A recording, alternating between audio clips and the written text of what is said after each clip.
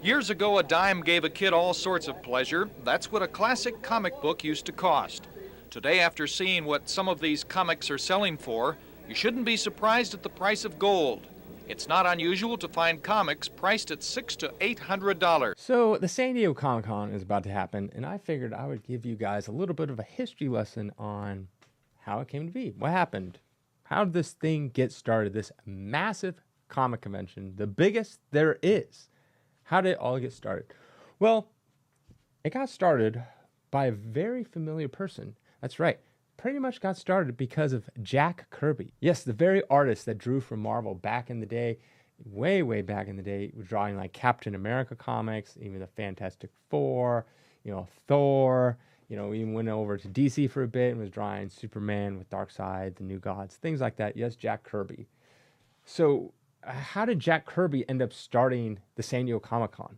So it came down to this person named Sheldorf. Now, he lived over in the East Coast. He did like commercial like art, things like that. And through commercial art over in New York back in the 60s, he met Jack Kirby.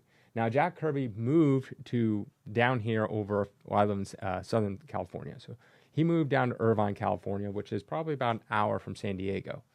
And then Sheldorf moved down to San Diego in around 1970.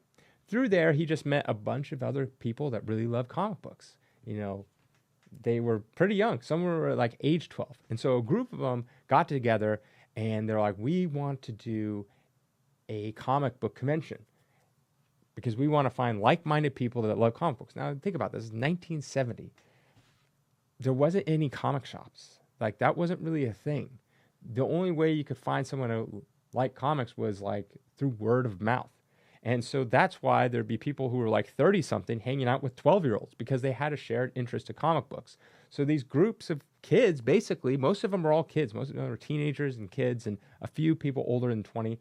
They'd all hang out and they're like, how are we going to share this love of comic books and find more people that love comic books? So they wanted to do a convention. Now, Shell was the only person that had experience because when he was over on the East Coast, he actually worked at kind of like a convention, so to speak. And so he kind of knew the layout and what it kind of needed to be and all that kind of stuff. But he figured before he does this, they should get a good guest and they should seek out advice. So since he knew Jack Kirby personally, they all hopped into a car. They drove about an hour to his place in Irvine where they sat with Jack Kirby and his wife, and she made him hamburgers, and then they just talked about all the cool stuff. Jack Kirby loved it. He even drew pictures of them, and they had a great time. They actually recorded the whole thing, and so you can read the transcripts of all the stuff that was recorded, tape recorded, not video recorded. And so Jack Kirby came to him with ideas. It's like, okay, you got to have like guests there, different booths. You're going to have, because originally they just wanted comic books, but Jack Kirby is like, well, it'll probably be too small. So try to get everything because he's like, the movies, the sci-fi, the monster stuff, all that stuff, Jack Kirby felt was like one.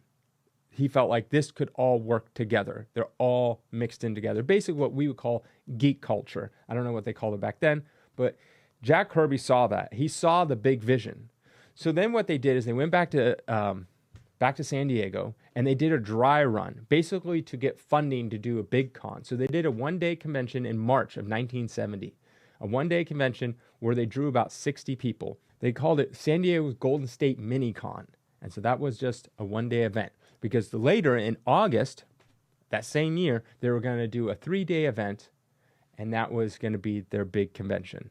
So their big convention was under the U.S. Grant Hotel in San Diego, and they ended up drawing 300 people and one woman. Yes, they had one woman there. And so out of the 300 people, there's only one lady, and they had Jack Kirby and a bunch of other guests come there and speak, and they started doing speaking. People realized they just love to hear, these people talk because there was no internet. If you knew Jack Kirby, you may have seen a picture of him in a comic book somewhere, but you don't know anything about him, nothing. And so now these people get to show up. So they had 300 people, which is quite a lot. And they still went under the banner of San Diego West Coast Comic Con. And they did that for a few years until 1973, where they changed it to San Diego Comic Con.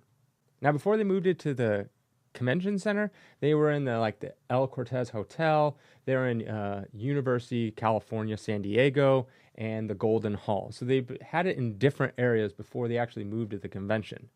Now, all throughout the 70s and even most of the 80s, they were always right around a couple thousand to maybe 5,000 or 6,000 people. And that's pretty much when I started going. My dad was a full-time dealer by the time I was born in 85. And so we would all go up there. So even when I was a little tiny kid, I would still go to the Comic-Con. So I don't know my first year, but I imagine my first year was probably in like 89, maybe 90. And they didn't move to the convention center until 1991. So I was there before they moved to the convention center. And then throughout the 90s, it just continued to grow more and more every single year. By the beginning of the 90s, it was around 10,000 attendees. And then by the end of the 90s, it hit about 50,000 attendees. And then shortly after, by 2005, it hit over 100,000 attendees. It just got massive. It mostly had to do with comic book movies coming out. So, it's Tobey Maguire's Spider-Man. You also had the original X-Men, with Hugh Jackman. He's still Wolverine. But yeah, and that really catapulted it to a new height. And that's when they started getting like the Hall H and all that kind of stuff. It started bringing in a lot of money for the surrounding areas.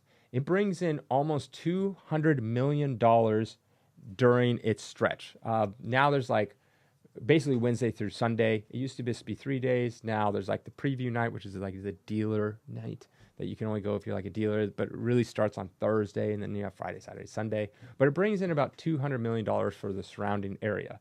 And now it's more recently turned into a way for companies and advertisers to really advertise what's coming out. So basically, if you have a movie coming out and you're like Disney and you have a Marvel movie coming out, you'll bring all your stars and you'll announce some movie, maybe have a trailer. It's all a lot to do with advertising and publicity. Even Lego has like a booth there. So comic books have gotten a lot smaller of it's Comic-Con. It's more of like geek culture, I would so to speak, nerd culture, whatever you want to call it. They also have an artist section. So my dad was there when, Kevin Eastman and Peter Laird first started,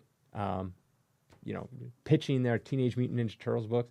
And I remember my dad told me, he's like, yeah, I remember them because they were across from me.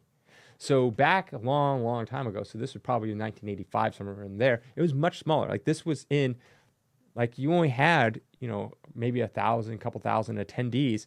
And so the booths were much smaller and just like table setup. It wasn't like booths now where you have like TVs and like big old statues and like this like tons of cool stuff. It was literally just a table and you just put your stuff there and people will come and look at it.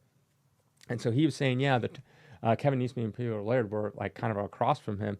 And he remembers talking to them and they just were, just like, he looked at it and he's like, he's like, obviously no one would have saw that the Turtles would have been the biggest independent comic book character ever. But he's like, oh, some weird turtle comic book. My dad would sell stuff that, was worth more money, like the Silver Age and the Golden Age stuff. And so he remembers them. He's like, yeah, they tried to sell their little turtle thing. And I was like, Dad, you should have bought them all. But yeah, so he remembers Kevin Eastman and Peter Laird going to the Comic-Con. He remembers a lot of stuff. Stan Lee used to come a lot. In the beginning, they reached out to Jack Kirby, and they're like, well, can Marvel do something for this Comic-Con? He's like, well, that's up to Stan Lee, but I'm sure Stan Lee will actually help because Stan Lee was that type of person.